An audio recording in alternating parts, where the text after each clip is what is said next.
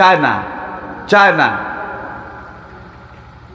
1974-এ চীন সরকার প্রথম জন্ম নিয়ন্ত্রণ, বার্থ কন্ট্রোল করেছিল, বার্থ কন্ট্রোল, জন্ম নিয়ন্ত্রণ। সেটা করে তারা আইন করেছিল, চীনের জনসংখ্যা দিন দিন বেড়ে চলছে, এইভাবে যদি বাড়ে তাহলে রিজিকের অভাব হবে, অন্যের অভাব হবে। চীন সরকার তখন বলেছিল, এখন থেকে কোনো পুরুষ বিয়ে করার পরে সন্তান নিতে পারবে না, সন্তান জন্ম দিতে পারবে না, কোনো নারী সন্তান গর্ভে নিতে পারবে না। এটা চলার পরে 2015 অনেক বছর মাঝখানে কিন্তু চীনের যখন আদমশুমারি হলো, তখন তারা দেখলো তাদের জনসংখ্যা আগে যা ছিল 1974-এ, তার চাইতে প্রায় 1/3, 3 ভাগের 1 ভাগ কমে গেছে। তারা চিন্তায় পড়ে গেল, চিন্তায় পড়ে কি করা যায়। 2015-তে তারা বলল, প্রত্যেক বিবাহিত নারী পুরুষ তারা এখন থেকে 2টা সন্তান নিতে পারবে, 2টা, ছেলে হোক বা মেয়ে হোক। কেউ 2টাই যথেষ্ট, কেউ লেখে 1টি যথেষ্ট। এইটা করলো 2021-এ। তারা আবার হিসাব করলো, আদমশুমারি করার পরে দেখলো তাদের জনসংখ্যা একজনও বাড়ে নাই।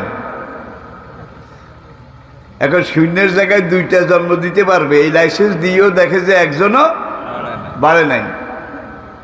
2021-এ চীনা সরকার আবার বলল, এখন থেকে চীনের যত নাগরিক আছে তাদের জন্য 1টা 2টা নয়, তারা যত ইচ্ছা সন্তান জন্ম দিতে পারবে। এরপরে আবার তারা করেছে, অবিবাহিত তরুণ তরুণী নর নারী তারাও ইচ্ছা করলে মিলামিশা করে সন্তান জন্ম দিয়ে চীন গভর্নমেন্টের হাত শক্তিশালী করতে পারবে। অর্থাৎ জায়েজ না জায়েজ, যেইভাবে হোক আমাদের মানুষের দরকার, সংখ্যার দরকার। 2023, মাত্র 2 বছর কয়েক মাস। এখানে এসে যখন আবার তারা হিসাব করলো, হিসাব করার পরে দেখে যে আগের গণনায় যা ছিল, যত ইচ্ছা জন্ম দাও, এই অনুমতি দেওয়ার পরেও জনসংখ্যা গড়ে একজনও বাড়ে নাই। বুড়া যেগুলো আসিল মরে গেছে। সেনাবাহিনী, এটা সংখ্যা 6 আনা কমে গেছে 16 আনার মধ্যে, 6 আনা। কিভাবে কমছে? যারা আস্তে আস্তে বুড়া হয়েছে তারা টায়ার্ড হয়ে রিটায়ার করেছে। এখন নতুন প্রোডাকশন থাকলে তো লাইনে দাঁড়াবে নাকি, সেনাবাহিনী পুরা করবে। এখন ঘাটতি, এখন তাদের সামরিক সৈন্য সংখ্যা কমে গেছে। এখন তারা চিন্তা করছে কি করা যায়, কি করা উচিত। কয়েকবার তারা মন্ত্রী পরিষদের মিটিং ডেকেছে, ডাকার পরে তারা সিদ্ধান্ত নিছে, এখন থেকে চীনে যেই নর নারী স্বামী স্ত্রী তারা সন্তান জন্ম দিতে পারবে, 2 বা তার বেশি সন্তানের জন্ম দিতে পারবে, সেই পরিবারের খাওয়া, পড়া, বাসস্থান, শিক্ষা, চিকিৎসা, মৌলিক 5টা প্রয়োজন, ফান্ডামেন্টাল হিউম্যান রাইট, এটা চীন সরকার বহন করবে। এবারে স্কলারশিপ দেওয়া শুরু করেছে, প্রোডাকশন বাড়াও, এইবার তোমাদেরকে স্কলারশিপ দিলাম। তাহলে ওই যে প্রোডাকশন বন্ধ করেছিল, এখন স্কলারশিপ ঘোষণা করেছে। এইটা হলো সহসেজদা। কি এটা হলো? সহসেজদা।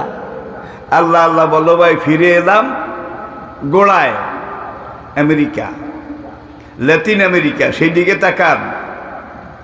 নেট, ইন্টারনেটের যুগ। উইকিপিডিয়া সার্চ করেন, বর্তমান দুনিয়ার দিকে একবার একটু গভীরভাবে নজর করেন। আমেরিকা গ্রামের পরে গ্রাম, বিল্ডিং আছে, বাড়িঘর পড়ে আছে, কিন্তু কোনো মানুষ।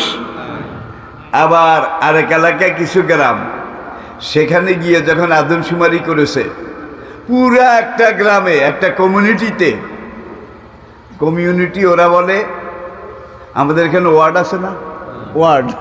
ওয়ার্ডকে ওরা ইংরেজিতে বলে কমিউনিটি। এমন অনেক কমিউনিটি পাওয়া গেছে একটা ওয়ার্ডে, যেখানে শত শত মানুষ ছিল। জন্ম নিয়ন্ত্রণ বার্থ কন্ট্রোল আইন করার পরে সেখানে পুরা গ্রামে বুড়া মানুষ পাওয়া গেছে 6 জন। 6 জন। অন্যান্য গ্রামেরও এই অবস্থা। তাইলে এইবার আমেরিকা বলেন, আর আমেরিকার এখন প্রধান প্রতিদ্বন্দ্বী কিন্তু চায়না। এই দুইটা এখন বিশ্বের সুপার পাওয়ার। সোভিয়েত ইউনিয়ন ছিল, সেটা এখন নাই। আমেরিকার প্রতিদ্বন্দ্বী হইল চীন। চীন এই দুইটা সুপার পাওয়ার। প্রথমে সেই দুইটার উপরে হিট করেছে জন্ম নিয়ন্ত্রণ বার্থ কন্ট্রোল। আল্লাহর আইনে যারা বিশ্বাস করে না, আল্লাহর রিজিক দাতা এটা যারা বিশ্বাস করে না, তারা এই ধরনের পাগলা আইন আজ থেকে 50-60 বছর আগে, তখনকার এই দেশের কোনো মানুষ এটা চিন্তাও করতে পারে নাই যে মধ্যপ্রাচ্যে, জাপানে, সাউথ কোরিয়ায়, সাউথ আফ্রিকায় বাংলাদেশের মানুষের জন্য আল্লাহ এত রিজিক সেখানে বাজেট করে রেখেছে।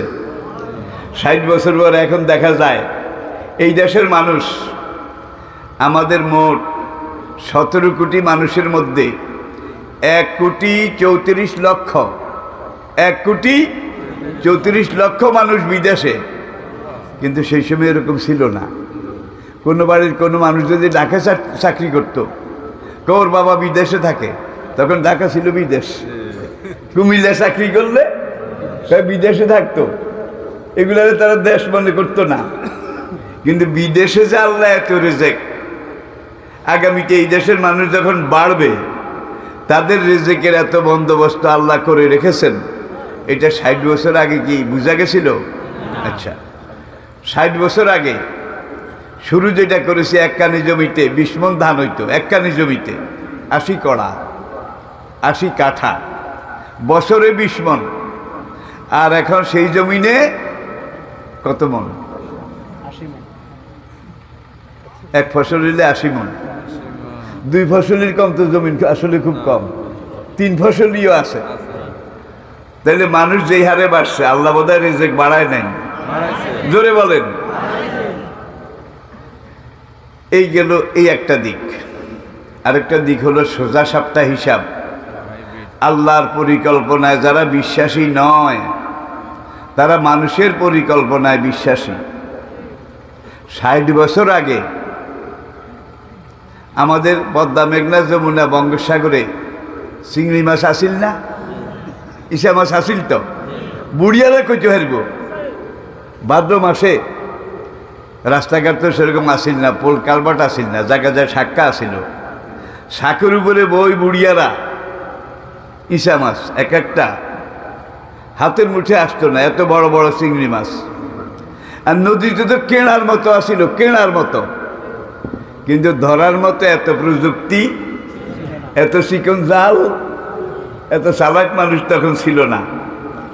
আমাদের রিজিক জমিনে আছে, সমতলে আছে। বাংলাদেশ এমন একটা দেশ, যেই দেশে পানির নিচে হাত দিলে রিজিক পাওয়া যায়।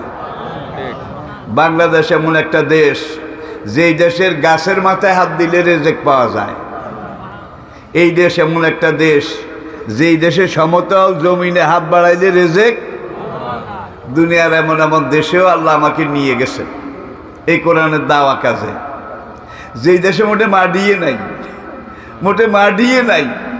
হয় মোটা মোটা বালু, নয় পাথর আর পাহাড়। এই মোটা উরুমের বালুর মধ্যে গাছ হয় কেন? না, হয় না। তারা একটা গাছ যদি লাগাইতে চায়, তাইলে লেবার নিয়ে অথবা নিজেরা মজবুত শাবল দিয়ে, আর আজকাল ড্রিল মেশিন দিয়ে তারা পাথর কেটে কেটে কেটে কেটে, হয় গোল নয় সার্কোনাইকে একটা গর্ত পাথরের মধ্যে খোঁড়ার পরে বিদেশ থেকে উড়োজাহাজে মাটি আনে। ভাড়া লাগে না? ভাড়া লাগে না? লাগলে বোধহয় কম লাগে। মানুষের ওজনের ভাড়া যেরকম, মাটিরও একরকম সমান। এই গর্তটা মাটি দিয়ে ভরে, ভরার পরে সেখানে একটা নারিকেল গাছ, একটা পেঁপে গাছ লাগায়। এই গাছের হাড়া খেদমত বুঝছেন তো? এটা করার জন্য আবার 3 রকমের লেবার, সকালে একদল, দুপুরে প্রখর রোদে আরেক দল, বিকাল সন্ধ্যা এবং রাত্রে আরেক দল। এই গাছের তেল মাঝে এই গাছে সার দেয়, পানি দেয়, কত রকমের কিছু করে। গাছিকা কাইয়া মরা, যতে খাওয়ায়। কি মাথাও স্পষ্ট হয় না, মোটাও হয় না, তাজাও হয় না। পেঁপে গাছ লাগিয়েছে, লক্ষ লক্ষ টাকা খরচ করেছে। 2 বছর পরে দেখা যায় একটা গাছে একটা পেঁপে ধরছে, হ্যাঁ 3 বেয়া। কেটে দেখে যে ভিতরে দানাও নাই, সারও নাই, খাওয়ার মতো কিছু নাই। কাহাপ, দুর্ভিক্ষ। মাটির যেই খাদ্য, এটা দুর্ভিক্ষে সব মরা, প্রাণহীন, অস্তিত্বহীন, বরকতহীন। আর সুজলা সুফলা শস্য শ্যামলা এই সোনার বাংলাদেশ। আপনার গ্রামের এক বৃদ্ধা, কদমালির মা, সে পাকা পেঁপে একটা কেটেছে, নাতি চারিকিনার দিয়ে বইছে। এখন পাকা পেঁপে এটা কেটে নিজেও খায়, নাতিদেরও খাওয়ায়। পেঁপে খাওয়া শেষ। এইবার পেঁপের খোসা বিচিগুলাকে এইভাবে ধরে এইভাবে নিয়ে উঠান থেকে এইভাবে ফেলে দিয়েছে। পেঁপে গাছ উঠে গেছে। কি নারিকেল এইভাবে মাটিতে ফেলে রাখছে, নারিকেল গাছ, সুপারি গাছ বোধহয় উঠে নাই, আম গাছ, জাম গাছ, অটো নিজে সেলফ সার্ভিস। এটা এই দেশ। আপনারা বিশ্বাস করেন এই দেশে কোনোদিন রেজেকের অভাব হইতে? আর এই রেজেক, ইন্নাল্লাহা হুয়ার রাজ্জাকু যুল কুওয়াতিল ওয়াতারযুকু মান তাশাউ বিগাইরি কুল মা ইনদাল্লাহি খায়রুম মিনাল লাহবি ওয়া মিনাত তিজারা আল্লাহু খায়রুর রাযিকিন ওয়া মা মিন দাব্বাতিন ফিল আরদি ইল্লা আলাল্লাহি